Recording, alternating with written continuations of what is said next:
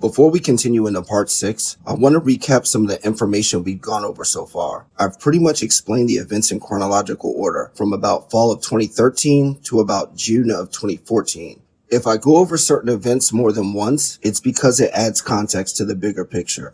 October 31st, 2013 is when Charlie asked Katie if she knew anybody that could harm someone. This idea likely originated from Donna. The person Katie knew was Sigfredo. Fast forward to March 11th, 2014. The dinner that Jeff Lacasse had with Wendi, Charlie, and Katie. Jeff said that Wendi was excited to meet Katie. From the events surrounding Jeff's testimony, it seems like the reason Wendi was excited to meet Katie was because she would learn who was going to shoot her ex-husband. In part 2, I talked about Wendi's character traits, mainly her being entitled, antagonistic, and manipulative. One of the tactics of manipulation that Wendi uses is called triangulation, and Wendi would use this manipulation tactic against Jeff and Dan to provoke Dan into assaulting her so she can gain leverage in their divorce. On May 5th, Dan Markel filed a motion against Wendi that would be devastating to her career. Wendi's next court appearance was set for July 31st. This is what gave Wendi the sense of urgency to have Dan killed. Which brings us to June 2nd. Sigfredo brings on Luis and they go on their first trip to Tallahassee. Money-wise, Donna was paying Katie through the Adelson payroll after the murder. Katie said that before Sigfredo and Luis went to Tallahassee, Sigfredo asked her for money for expenses to give to Sigfredo. She said that she got less than $500 from Charlie to give to Sigfredo. Luis, on the other hand, said Sigfredo got $5,000 from the lady. The lady that Luis was talking about was Wendi Adelson. Yeah, on June 3rd, Wendi handed Sigfredo $5,000 as a deposit. Here's why. So you just tell him, I need more money for expenses. And it's assumed. He's never given me, he never gave me any money at all. He's never given me, he never gave me any money at all. Okay, so that was the first time he gave you money. Yeah. So the first time he gave you money is when you're going back and you're like, hey, I need money for expenses. Yes. Because this is, because Sigfredo's telling me, like, hey, I need some money. Any money that this is trying to be planned. Yes. Okay, so that's what Sigfredo's telling you. So then you go to Charlie and you tell him, hey, we need money for expenses. So, and that's the understanding, expenses for planning what is about to happen. Yes. Okay. How soon before he left for out of town did that happen? For what, when he would give me the first one you said when he went to see, I don't know time. I mean, I don't know when he did leave. Obviously now I know, like the June and July trip. But at the time you didn't know. Yeah, like he just asked me for money. I went to Charlie, got the money, and then gave it to him. I don't know when he went or how soon he went after I handed him that money. Okay. Do you know how much money it was you got from Charlie? Like a couple $100. It has to be, like less than probably 5. What Katie just said was crazy. Katie explained a method that people use to determine if someone is stealing, but her narrative is from the perspective of the person who's being suspected of stealing. And after all these years, from the time that this took place to November of 2022, when she sat down for this proffer, she is still oblivious to that. I'll explain how this works. I'll use an example of a customer who is buying a certain product. You have the supplier and you have the customer. You have their respective conduits. These conduits meet to exchange the product for money. So let's say the supplier notices that there's a couple $100 missing out of the package of money that he's due to receive after his product has been delivered. The supplier doesn't think that his own conduit is doing this because he brings back the supplier with accurate funds from his other customers. So the suspected thief is the customer's conduit. The supplier tells his conduit that the customer shorted him $200. The supplier's conduit would tell the customer's conduit about the $200 shortage. The customer's conduit knows he's taking money out of the envelope, so he'll act like he told the customer, and the customer covered the shortage. But in reality, the customer's conduit gave the supplier's conduit $200 out of his own pocket, but didn't tell the customer. Neither conduit knows that the supplier contacted the customer directly after the second time it happened. They let it happen another 3 or 4 times. When the supplier's conduit told the customer's conduit about the $200 shortage, and they didn't say anything to the customer, then both sides successfully identified the thief. How can Katie say that Charlie hasn't given her any money at all, but also say she needed more money for expenses? You only ask for more money if it's in addition to money that you already received. So Katie already received some money that was not for expenses, but was in the context of this conspiracy prior to the murder itself. It was a deposit, and Katie kept that deposit money for herself. That's why Sigfredo didn't do anything from November until June. He didn't know she got the deposit money. Or maybe he did. While I was writing this, the YouTube algorithm randomly played a video by Roberta Glass, who was commenting on a document posted by Murder by Maestro. I think the document was Katie's probable cause affidavit. McManua made cash deposits which totaled approximately $17,000, with approximately $10,000 of that total deposit in the 4 months immediately preceding the homicide.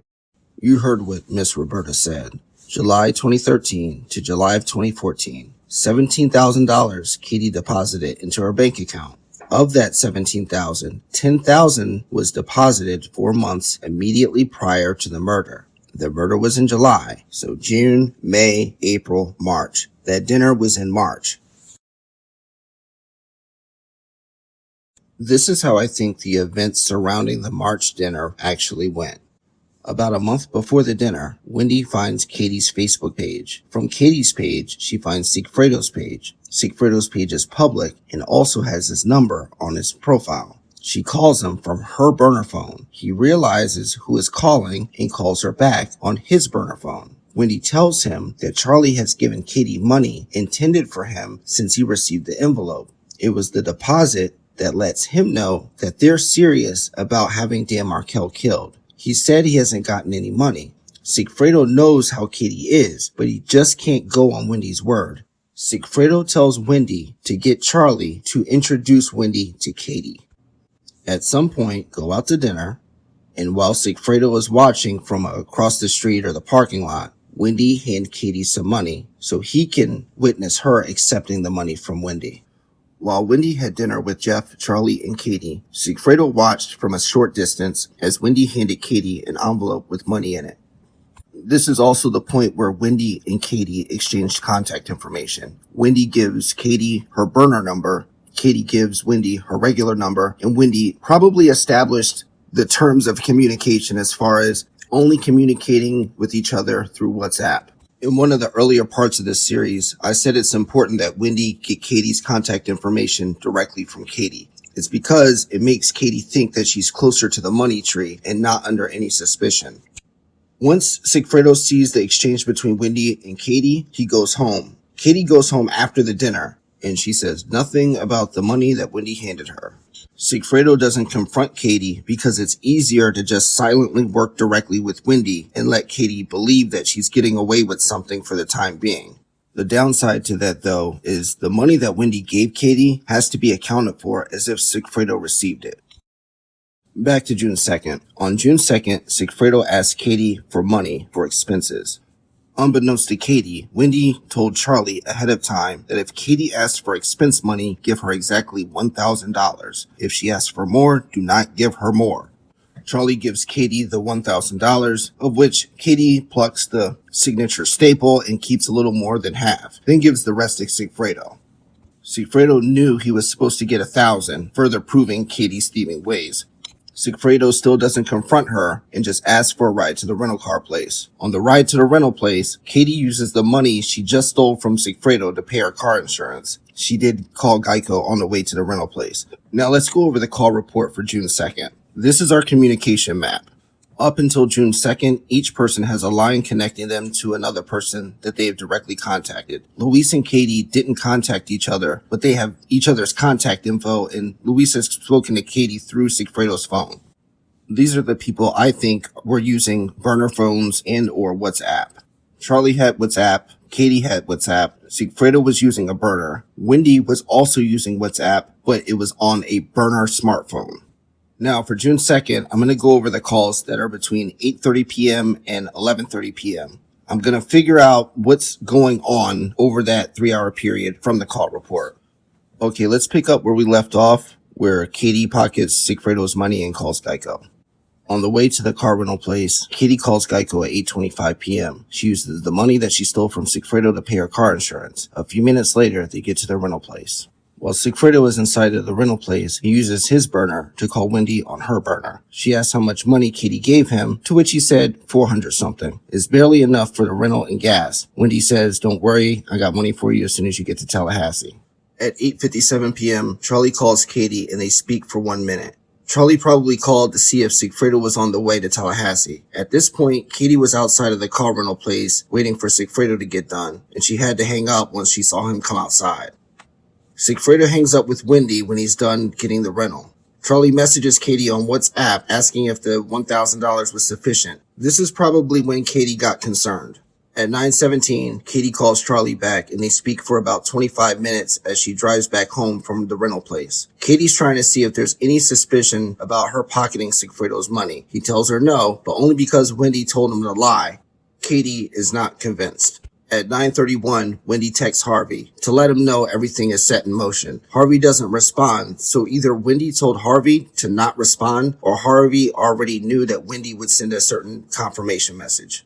Charlie hangs up with Katie at 9:42. 2 minutes later, he calls Donna and Harvey's landline. Charlie thinks of some whitewashed summary of the evening's events and discoveries. Immediately after her call ended with Charlie, Katie messages Wendi on WhatsApp. She tries to see if there's any suspicion on her stealing Sigfredo's money. Wendi acts as if there's no issue, but we all know how Wendi is a horrible liar, and so is Katie. But Wendi knows for a fact that Katie's lying to her. Wendi didn't ask Katie any questions about Sigfredo's ETA, nor does she have any details for Katie to pass along to Sigfredo, which is quite unsettling for Katie because everything seems to be happening without her input. So at 10:01, Katie calls Sigfredo. He doesn't answer. Then she texts him at 10:04 and he doesn't respond. And it's probably because Wendi called Sigfredo's burner after she was done going back and forth with Katie on WhatsApp. At 10:07, Sigfredo gets off his burner phone in his conversation with Wendi and then from his regular phone calls Katie back. Now, if you've heard the phone tap conversations during their trials, you know how these two interact. The call lasts 1 minute.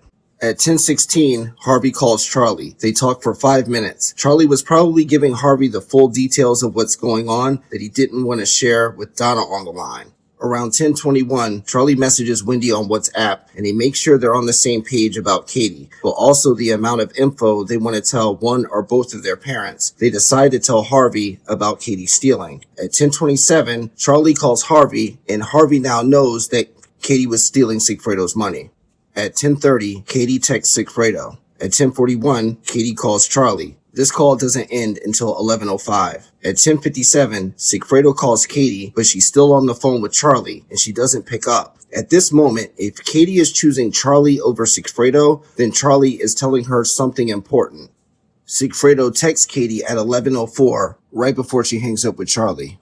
Katie calls Sigfredo at 11:05 and there's no answer. She immediately calls back. Sigfredo picks up and they speak for 4 minutes. Between 11:10 and 11:27, there's no activity. At 11:27, Sigfredo calls Katie twice, but she doesn't answer.